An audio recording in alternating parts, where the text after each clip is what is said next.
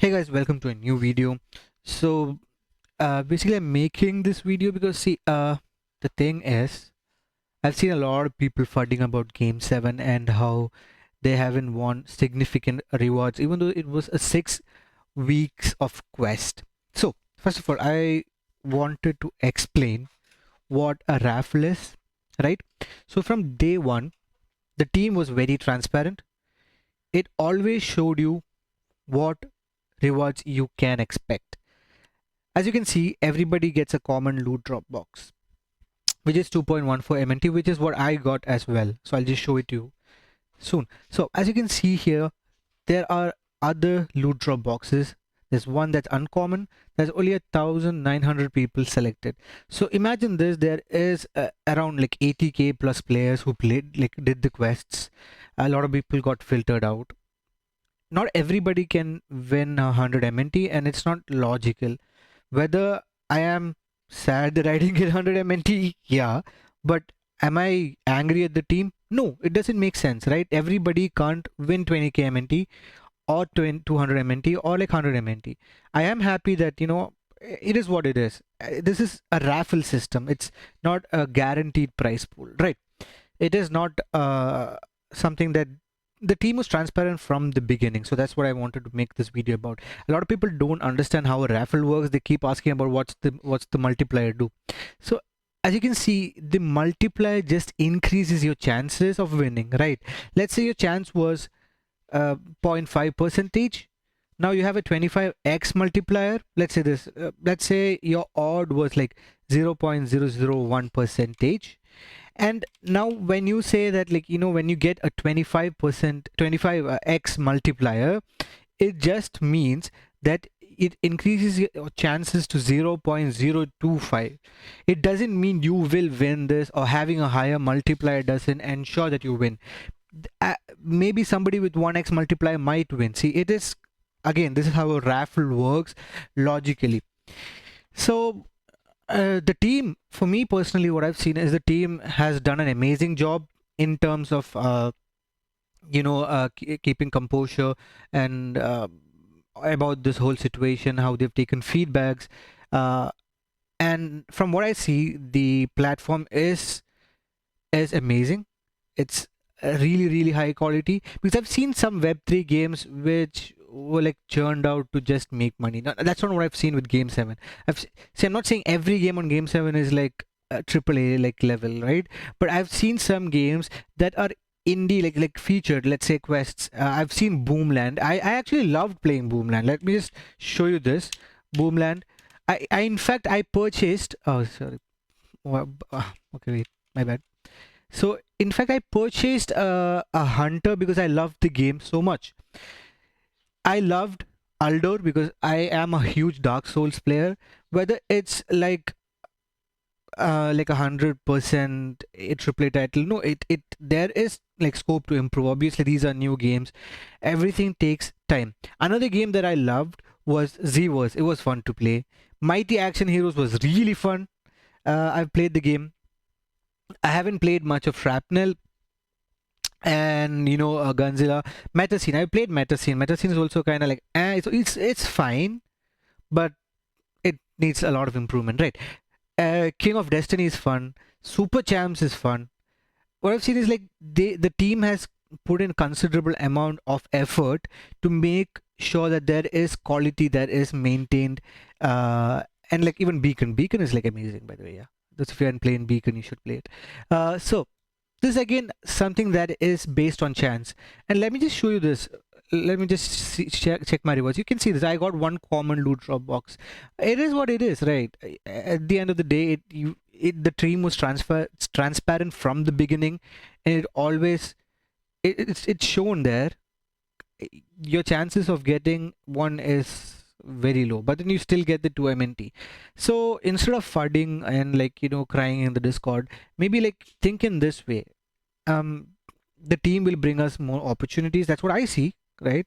uh, Only feedback I have for the team from my end is, uh, only thing that I was up like kind of like noticed, I wouldn't say I was upset, but rather like the announcement thing. Like I've seen like mods, like they were like telling you, I know and I understand because I am a Mantle mod at the moment, like temporarily.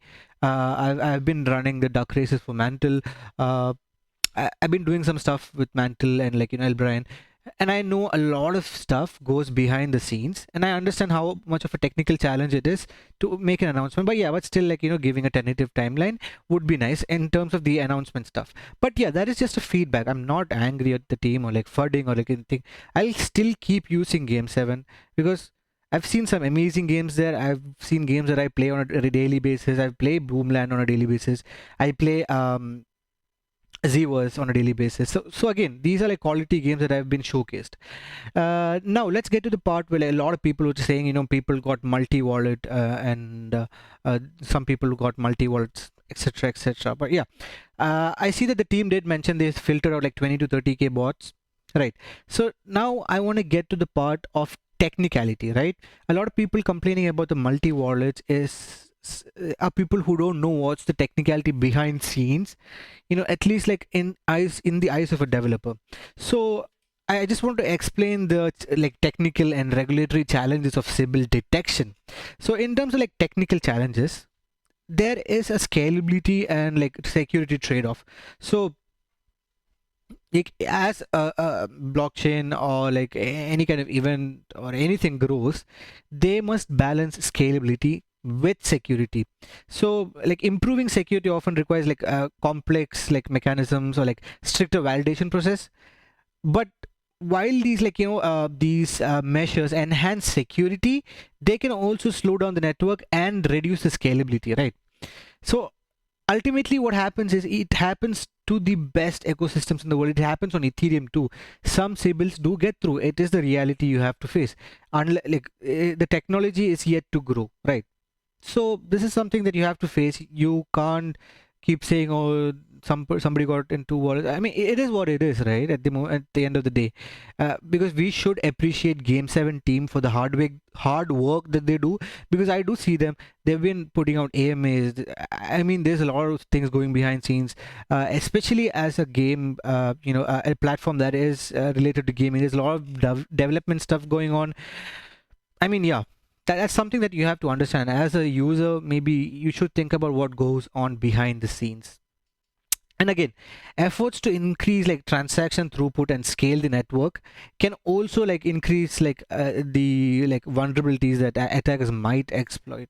So always like getting the balance between like competing priorities is like a significant challenges, right?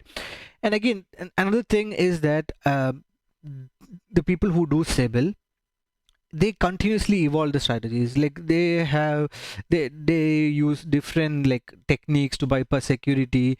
Like as detection methods, like like as Sybil detection improves, so will the people like who are attempting to do Sybil find a way. There's always people who'll find a way to go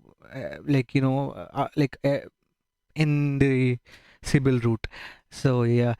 So another thing is that like the paradox I would say is like decentralization, right? Decentralization complicates the whole implementation of a stringent and security measure. So while like centralized control mechanisms can be effective against like attacks, they can also contradict the what do I say? I have to think of a word here. Like the ethos of decentralization, right? So the challenge lies again in finding solutions that enhance security without compromising, the nature of the network. Again, there is also regulatory challenges, but I'm not very sure about the regulatory challenges. But I do know, like there are regulatory challenges also in terms of like reward distribution and like all this stuff when it comes to finance. But again, like what I wanted to highlight is these challenges highlight the complexity of a Sybil detection. Again, there are both technical and regulatory hurdles that must be navigated to maintain against security, scalability, and decentralization again. So I would say like let's appreciate the Game 7 team for their hard work, and maybe we should grow up. I would say a lot of people I have seen fudding, you should grow up and be I mean, see, I'm not saying I'm not like shilling Game 7 because this is the reality. That's what I've seen. I can see the hard work the team puts in, and this is like something that is genuine. The only part I was mad about was like, the announcement part.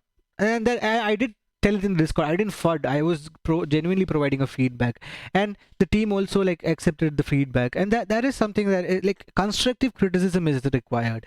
Here it's a raffle system. Sometimes you have to understand there is like hurdles in terms of symbol detection. There is so much that a system can do, and like there is limitations to everything. So that's what you need to understand. So in terms of like the hard work of the team, you should appreciate that.